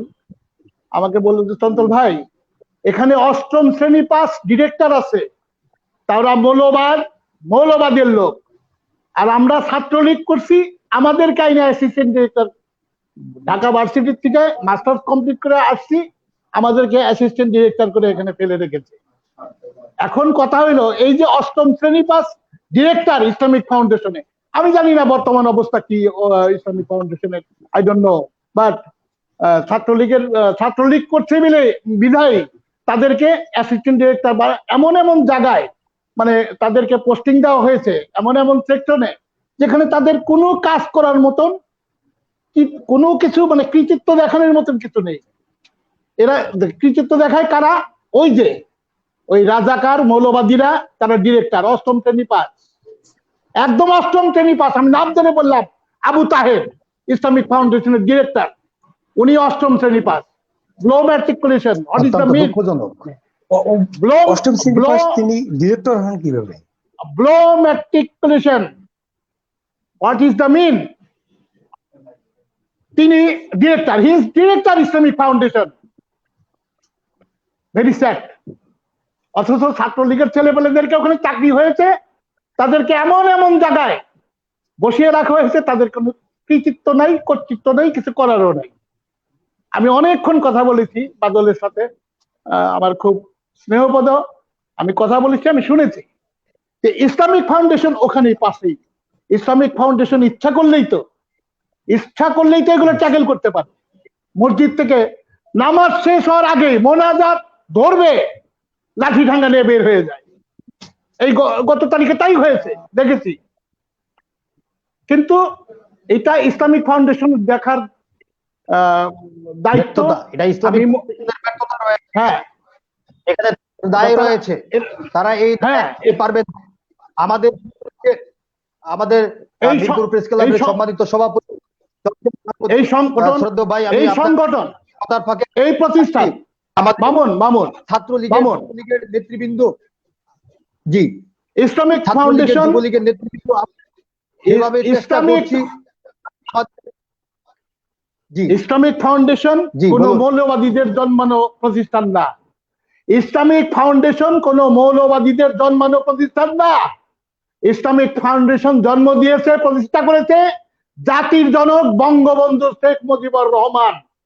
অতএব এখানে যারাই আছেন তাদেরকে নির্দ্বিধায় বলতে চাই, আপনারা ভালোভাবে দেখবেন এই বিষয়গুলি, যেগুলো আমার পূর্ব বক্তারা বলে গেছেন। এই বিষয়গুলি অবশ্যই আপনাদের দেখার দরকার। আপনারা চাইলে সাথে সাথে পুলিশকে ইনফর্ম করতে পারবেন।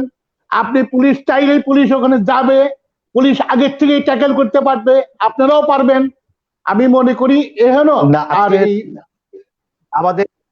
আমাদের তুষার ভাই রংপুর বেগম রোকেয়া বিশ্ববিদ্যালয় কলেজের আমরা বিশ্ববিদ্যালয় হ্যাঁ তুষার ভাইয়ের কাছে সুযোগ্য আসতে চাচ্ছি। তুষার ভাই এই বিষয়ে সম্ভবত কিছু বলতে চাচ্ছেন, তুষার ভাই। হ্যাঁ হ্যাঁ হ্যাঁ, ঠিক আছে ঠিক আছে, বলুন। হ্যাঁ তুষার বলেন। ধন্যবাদ। ধন্যবাদ যে আসলে চঞ্চল ভাই অনেক চমৎকার একটি গুরুত্বপূর্ণ কথা বলেছেন। আমি সে প্রসঙ্গে আসবো, তার আগে আমি যে বিষয়গুলো বলতে যাচ্ছি, আমরা মুসলমান এবং এই রাষ্ট্র, আমরা মুসলিম কান্ট্রি। তো আমরা মুসলমান হিসেবে আমাদের ধর্মের প্রতি আনুগত্য আছে এবং ধর্মের প্রতি আমাদের পরম শ্রদ্ধা আছে, এবং আমরা চাই, আমরা আলেম ওলামাদের বিপক্ষে নই, আমরা আলেম ওলামাদেরকে সম্মান করি, শ্রদ্ধা করি। আমরা ইমাম যারা আছেন তাদেরকে যথেষ্ট সম্মান করি, শ্রদ্ধা করি। আমরা শুধুমাত্র আমাদের বিতর্ক এবং আমাদের একটি জায়গায় আমরা যে পবিত্র ধর্মকে ব্যবহার করে ধর্মে যেটি বলেনি সেটি ভিন্ন ব্যাখ্যা করে, যেমন মামুনুল হক বলেছে যে আসলে মিথ্যা বলা জায়েজ, এরকম যে ফতোয়া জারি করে তাদের ব্যক্তি স্বার্থকে হাসিল করার সাথে, তাদের অন্য কোনো রাজনৈতিক চরিত্র করার সাথে, তারা পবিত্র ধর্ম, আমাদের আবেগ অনুভূতির জায়গা, আমরা ধর্মপ্রাণ এবং ধর্মভীরু জাতি, সেদিক থেকে এই অনুভূতিকে ব্যবহার করে ধর্মের অপব্যাখ্যা করে যেন ব্যবহার না করে, সেটির দিকে সকলের, সাধারণ মানুষ সবার সজাগ থাকা উচিত। কারণ পবিত্র ধর্ম স্পষ্ট, পবিত্র ধর্ম কোনো বিতর্ক নেই, ধর্ম যৌক্তিকতা দিয়ে পরীক্ষিত, ধর্মের কোনো বিতর্ক নেই। আমরা যদি এই যে হেফাজতে ইসলামের বর্তমান যে বা বাবুনগরী সহ যে কমিটি, আল্লামা শফি সাহেবের পরে যে কমিটিটি, হেফাজতে ইসলাম 2010 সালের পর থেকে কিন্তু আসলে এত উগ্রবাদী ছিল না, তাদের রাজনৈতিক দর্শনটা ছিল। কিন্তু বাবুনগরীর মাধ্যমে যে নতুন কমিটি হলো, এই কমিটি হওয়ার পর থেকেই তাদের যে কর্মকাণ্ড, তাদের যে বিভিন্ন বক্তব্যগুলো যদি আমরা একটু দেখি, তাহলে বুঝতে পারবো যে আসলে এদিকে যদি আমরা আসলে একজন মুসলমান হিসেবে যদি আমরা ধর্মের জায়গা থেকে চিন্তা করি, আমার ইসলাম তো আসলে উগ্রতাকে প্রশ্রয় দেয় না। আমার ইসলাম তো ইসলাম ক্ষমার ধর্ম, ইসলাম সহনশীলতার ধর্ম। কিন্তু মামুনুল হকের প্রতিটি বক্তব্যের মধ্যে আমরা দেখেছি গুড়িয়ে দাও, উড়িয়ে দাও, রাষ্ট্র ভেঙে চুরমার করে দেবে, মানে গায়ে হাত দিয়ে দেখেন, মানে এই যে ধৃষ্টতা, এই ধৃষ্টতার মধ্য দিয়ে মামুনুল হক আসলে নিজের সক্ষমতা বোঝানোর চেষ্টা করেছে, তার জনপ্রিয়তাকে বোঝানোর চেষ্টা করেছে। শুধুমাত্র আবেগের মানুষের এই ধর্মপ্রাণ মুসলমান, তার হয়তো, তাকে তো কোথাও আমরা বয়ান করা দেখি না, আমরা তো ইসলামের কোনো বয়ান করা দেখি না, তার প্রতিটি বয়ানের মধ্যে দিয়ে মানে কেউ যে কোনো ভাবে ঝাঁপিয়ে পড়ো, আন্দোলনের ডাক দেওয়া, এই যে তার যে অসৎ উদ্দেশ্য, এই বিষয়টি কিন্তু সুস্পষ্ট ভাষায় প্রতিটি বক্তব্য যদি খেয়াল করে আমরা পরিষ্কার হবো। তো তার ক্ষেত্রে তার এই কর্মকাণ্ডগুলো কখনোই ইসলাম কিন্তু এরকম নয়, ইসলাম তো আমরা যতটুকু জানি ইসলাম এরকম নয়, ইসলাম সহনশীলতা, ইসলাম ক্ষমার ধর্ম। কিন্তু তিনি বলেন কি, তাকে মারলে ইসলামের অপেক্ষা করে যে আসলে তাকেও মেরে ফেলতে হবে। ইসলাম তো এরকম কথা নিজের কাউকে হত্যা করার কথা ইসলামের বলেনি, আমরা যতটুকু জানি, কিন্তু তিনি সেই অপেক্ষাটুকু করেন। আমরা জানি ইসলাম কিন্তু রাষ্ট্রের আইন কানুন মেনে চলার জন্য বারবার নির্দেশ করছে, কিন্তু সেই রাষ্ট্রীয় আইন ওই পিতৃ রফিকুল হক মাদানী তিনি তো ধৃষ্টতাপূর্ণ বক্তব্য দেন। তো আসলে এই ধৃষ্টতাপূর্ণ বক্তব্য কোন একজন মানে সচেতন মানুষ, ধর্মপ্রাণ মুসল্লি, কেউ আমার মনে হয় তার বক্তব্য আসলে মেনে নেওয়ার মতো নয়। তার যে বক্তব্য, এটা ধৃষ্টতা, বেয়াদবি, ইসলামের মানে একজন মানে উদ্ভট ধৃষ্টপূর্ণ এবং হচ্ছে বেয়াদব কখনো ইসলামের প্রচারক হতে পারে না। তার কাছ থেকে ইসলামের আমি কি শিখবো? তার তো, তিনি রাষ্ট্রীয় আইন মানেন না, তিনি রাষ্ট্রপতি মানেন না, তিনি প্রধানমন্ত্রী মানেন না, মানে তার শব্দগুলো দেখবেন যে কঠোর প্রধানমন্ত্রী। আরে বেটা, মানে বাচ্চা একটা ছেলে, তার কথাবার্তা যখন এরকম হয়, সে আবার নাকি ইসলামের প্রচার করছে, ইসলামের হেফাজত করছে। যাই হোক, তো এই যে বিষয়গুলো আমার মনে হয় শুধুমাত্র আমরা চাই যে যারা এই বাংলার জনগণ আছি, আমরা সকলেই ধর্মপ্রাণ এবং ধর্মের প্রতি আনুগত্য রেখে ধর্মের যে নৈতিক শিক্ষাগুলো আছে, আমরা সেই শিক্ষাগুলো অবশ্যই গ্রহণ করতে চাই, গ্রহণ করব। কিন্তু আমি বাংলাদেশের সকল আলেম কিংবা যারা মসজিদের ইমাম আছে তাদেরকে অনুরোধ করতে চাই, আমরা আপনাদের মধ্য দিয়ে আমাদের প্রিয় নবী হযরত মুহাম্মদ সাল্লাল্লাহু আলাইহি সাল্লাম এবং আল্লাহ রাসূলের যে সঠিক বার্তা, সেই বার্তাটুকু আপনারা আপনাদের বয়ানের মধ্য দিয়ে ছড়িয়ে দিবেন। তাতে যেন আপনাদের এই বয়ান থেকে, যেন আপনাদের এই আলোচনা থেকে যেন আমরা কিছু জানতে পারি, আমরা সত্যিকার অর্থেই ইসলামের যে নৈতিকতা, ইসলামের যে শিক্ষা, সেটিকে আমরা যেন ধারণ করতে পারি। ইসলাম উগ্রবাদের শিক্ষা দেয়নি, ইসলাম ধ্বংসাত্মক কর্মকাণ্ডের শিক্ষা দেয়নি।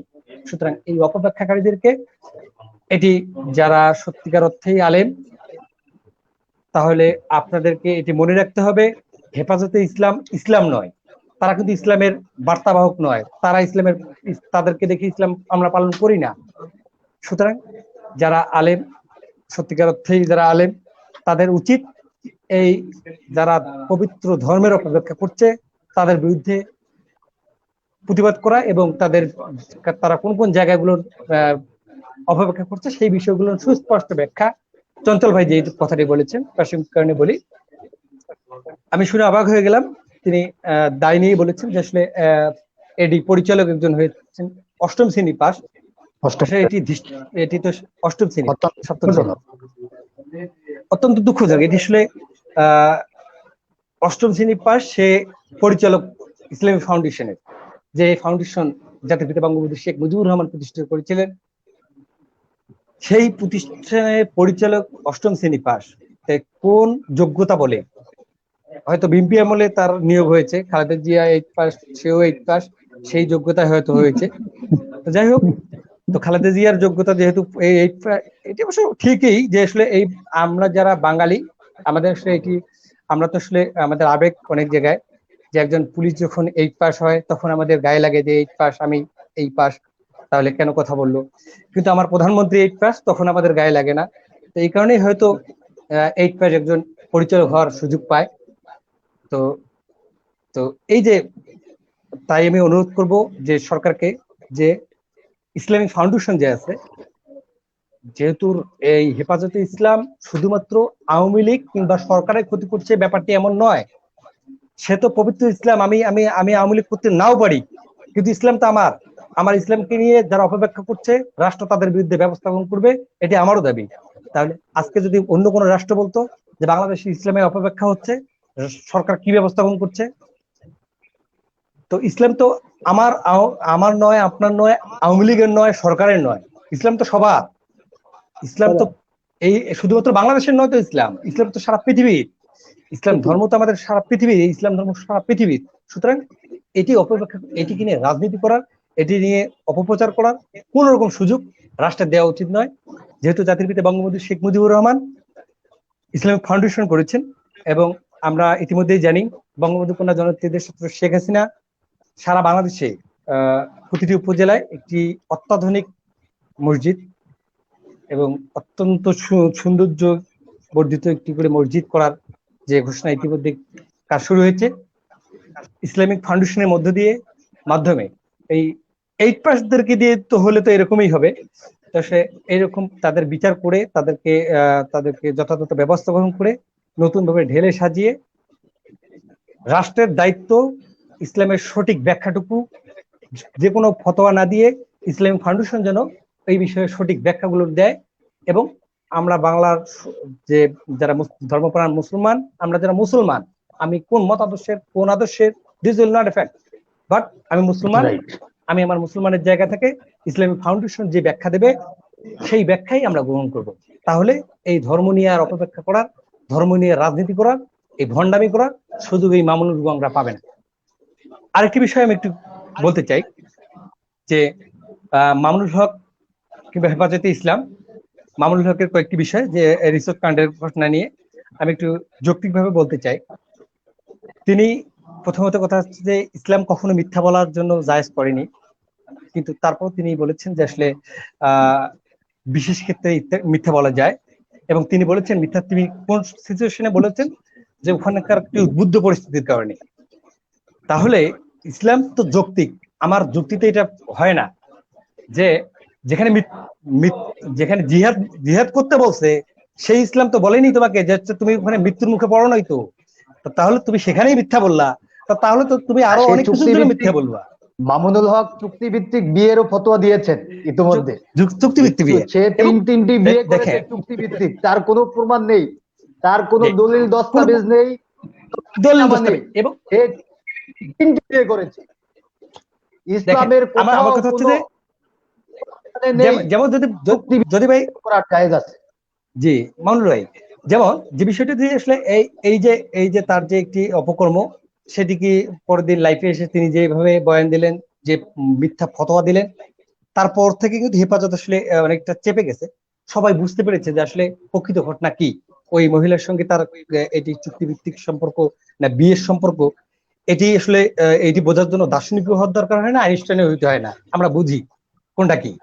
তো সে কারণে বলবো যে আসলে এই তারপরে হেফাজতে ইসলাম যে একটি সংগঠন, সে সাংগঠনিক জায়গা থেকে এখানে যারা আমরা আছি, আমার মনে হয় না আমাদের দলের কিংবা হচ্ছে আমাদের মন্ত্রী পরিষদের কোনো মানুষ যদি এমন কোনো ঘটনা ঘটাতেন, আমার মনে হয় আমার নেত্রীর সাথে সাথে তাকে দায় না নিয়ে তাকে দল থেকে বহিষ্কার, আমাদের ছাত্রলীগের কেউ করলে তার বিরুদ্ধে তাকে বহিষ্কার করা হতো, তার বিরুদ্ধে তদন্ত কমিটি হতো।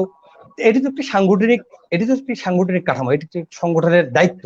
কিন্তু হেফাজতে ইসলাম কি করেছে, তারা বলেছে যে সেটি তার ব্যক্তিগত বিষয়। আরে বাট সবই তো সবার ব্যক্তিগত বিষয় হয়, প্রতিটা মানুষেরই তো ব্যক্তিগত বিষয় হয়। আমি দুর্নীতি করি, অপকর্ম করি, সেটা তো আমার অবশ্যই আমার ব্যক্তিগত, সবই তো অপকর্ম। তাহলে তোমার সংগঠনের মানে গর্জনটা দেয় যে গায়ে টাচ হাত দিয়ে দেখেন, এই আওয়াজটা তো আসে আপনার সংগঠনের দাপটে। এবং এমনকি সেই অপকর্ম করার পর একটি নারী সহ ধরা পড়ার পরও আপনারা তাকে উদ্ধার করে নিয়ে এসে, এটি এটি কোনো মুসলমান আসলে আমরা আমরা মুসলমান কেন, এটি বিবেক সম্পন্ন কোনো মানুষ আসলে মেনে নিতে পারবো না। তো এটি ঠিক, তারা হেফাজতে ইসলাম নাম দিয়েছে, পবিত্র ধর্মের নাম দিয়েছে, কিন্তু এই ধর্মকে তারা কলঙ্কিত করছে। তাই আমি সরকারকে অনুরোধ করব, এই রাষ্ট্রের আমরা মুসলিম রাষ্ট্র, সেই জায়গা থেকে আমরা বিভিন্ন মতাদর্শের, রাজনৈতিক মতাদর্শ থাকতে পারে, বিভিন্ন আদর্শের মানুষ এই রাষ্ট্রে আছে। অসাম্প্রদায়িক বাংলাদেশ, সেই চেতনাকেই নিয়ে তো আমরা রাষ্ট্র স্বাধীন হয়েছে।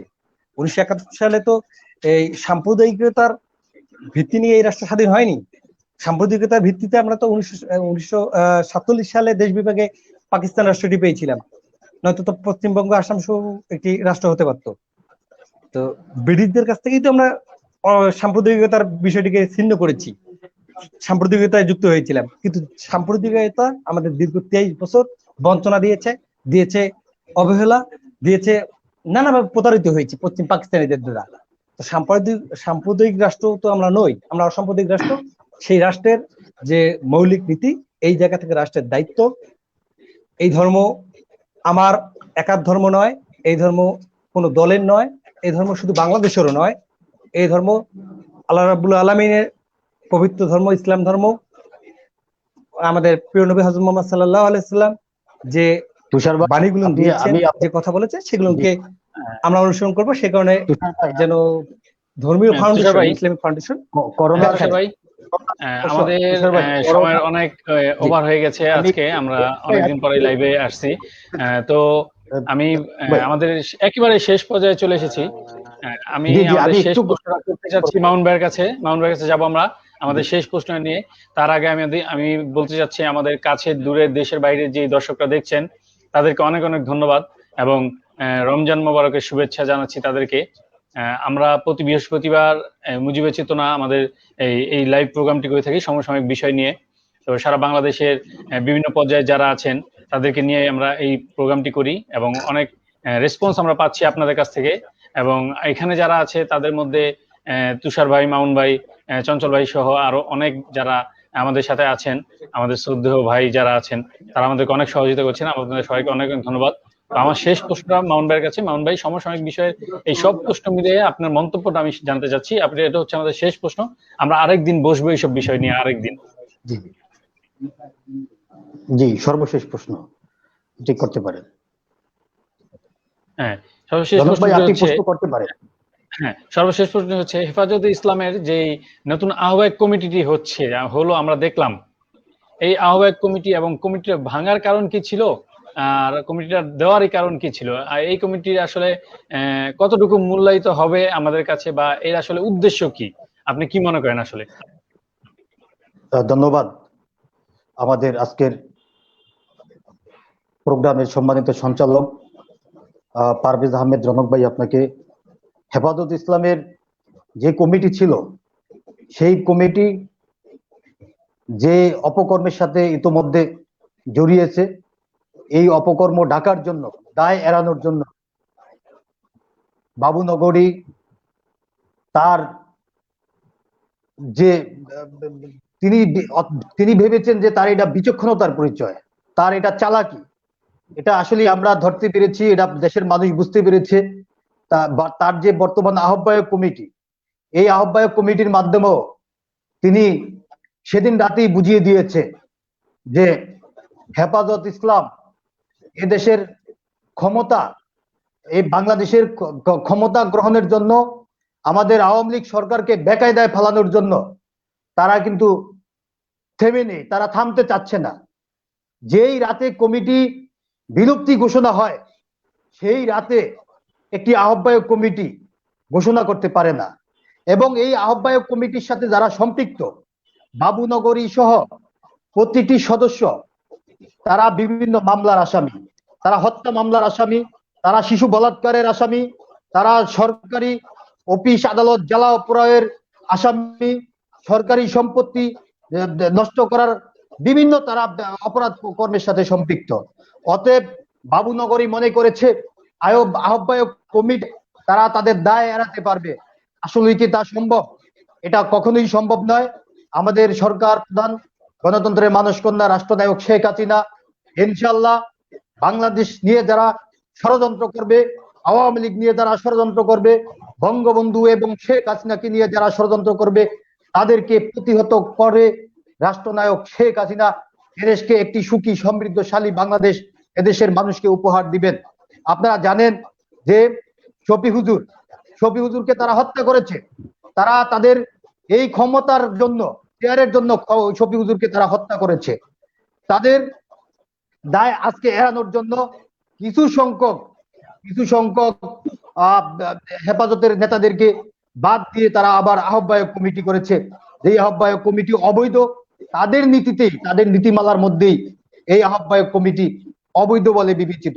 আমি সর্বশেষ আমি সকলকে বলতে চাই, এবং আমি আমাদের সরকার প্রধান, গণতন্ত্রের মানসকন্যা রাষ্ট্রনায়ক শেখ হাসিনার উদ্দেশ্যে আমি বলতে চাই, বাইতুল মোকাররম জাতীয় মসজিদে এই যারা জঙ্গিবাদী গোষ্ঠী, মৌলবাদী গোষ্ঠী, তাদেরকে আজীবনের জন্য সভা সমাবেশ নিষিদ্ধ করার আইন তৈরি করতে হবে।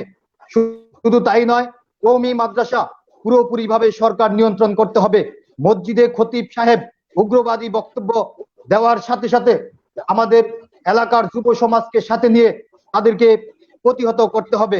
মসজিদ মাহফিলে কোরআন ও সুন্নাহর বাহিরে আলোচনা করতে দেওয়া যাবে না। সরকার বিরোধী আলোচনা করার সাথে সাথে আমাদের রুখে দিতে হবে তরুণ সমাজদেরকে সাথে নিয়ে, এবং শিশু বলাৎকারের সাথে যারা যেই সমস্ত হুজুররা জড়িত, তাদের জন্য ফাঁসির বিধান রাখতে হবে। শিক্ষক নিয়োগের ব্যাপারে সরকার পুরোপুরি হস্তক্ষেপ করার এই নীতিমালা তৈরি করতে হবে। হেফাজতের সকল সম্পত্তি সরকারি কোষাগারে আনার আমি জোর অনুরোধ জানাচ্ছি বর্তমান গণতন্ত্রের মানসকন্যা রাষ্ট্রনায়ক শেখ হাসিনাকে। আজকের এই আলোচনায় আমি আমার বাংলাদেশ ছাত্রলীগ ঢাকা মহানগর দক্ষিণের সকল ছাত্র নেতার পক্ষ থেকে এবং আমার নিজের ব্যক্তিগত পক্ষ থেকে সকলকে ধন্যবাদ জানাচ্ছি। বিশেষ করে আজকের অনুষ্ঠানের সম্মানিত সঞ্চালক পারভেজ আহমেদ রনক ভাই, সার্বিক ব্যবস্থাপনায় আমাদের শহীদুর রহমান সাজিদ ভাই, আপনাদেরকে ধন্যবাদ জানাচ্ছি। আজকের অতিথি তুষার কিবরিয়া সভাপতি, বেগম রোকেয়া বিশ্ববিদ্যালয় রংপুর, আপনাকেও অশেষ ধন্যবাদ জানাচ্ছি। ঢাকা মহানগর দক্ষিণ ছাত্রলীগের পক্ষ থেকে ধন্যবাদ জানাচ্ছি। মিরপুর প্রেস ক্লাবের ঐতিহ্যবাহী প্রেস ক্লাবের সম্মানিত সভাপতি চঞ্চল মাহমুদ, আপনাকে সকলের উত্তর সাফল্য কামনা করে গণতন্ত্রের মানসকন্যা রাষ্ট্রনায়ক শেখ হাসিনার দীর্ঘজীবন কামনা করে আজকের মতো এখানেই শেষ করছি। ধন্যবাদ সবাইকে। আসসালামু আলাইকুম। অনেক অনেক ধন্যবাদ মামুন ভাইকে। ধন্যবাদ জানাই আমাদের চঞ্চল মাহমুদ ভাইকে এবং তুষার কিবরিয়া ভাইকে। আমরা আবারও আরেকদিন এই সমসাময়িক বিষয় নিয়ে আমরা একত্রিত হব, সেই প্রত্যয়ে আমরা আজকে আমাদের এই মুজিবের চেতনার 44তম পর্ব শেষ করছি। সকলেই ভালো থাকবেন। সবাইকে জানাই মুজিবের চেতনার পক্ষ থেকে মুজিবের শুভেচ্ছা। ধন্যবাদ সবাইকে। ধন্যবাদ সবাইকে। আসসালামু আলাইকুম। ধন্যবাদ সকলকে। ধন্যবাদ সকলকে। আমরা যেন সুস্থভাবে বেঁচে থাকতে পারি। আল্লাহ রাব্বুল আলামিন এই করোনা মহামারীতে যেন আমাদেরকে বাঁচিয়ে রাখেন। বঙ্গবন্ধু কন্যা জননেত্রী দেশরত্ন শেখ হাসিনা যে রাষ্ট্রে ধর্মের অপব্যাখ্যা করা হয়, সেই মুসলিম রাষ্ট্রে ধর্ম অপব্যাখ্যাকারীদের শাস্তি দিয়ে রাষ্ট্রের ধর্ম বিশৃঙ্খলকাদের শাস্তি দিয়ে রাষ্ট্রকে সুন্দরভাবে পরিচালনা করতে পারেন, সেই প্রত্যাশা রেখে আজকের মতো শেষ করছি। ভালো থাকবেন সবাই, দোয়া করবেন সবাই। আসসালামু আলাইকুম। ধন্যবাদ সবাইকে।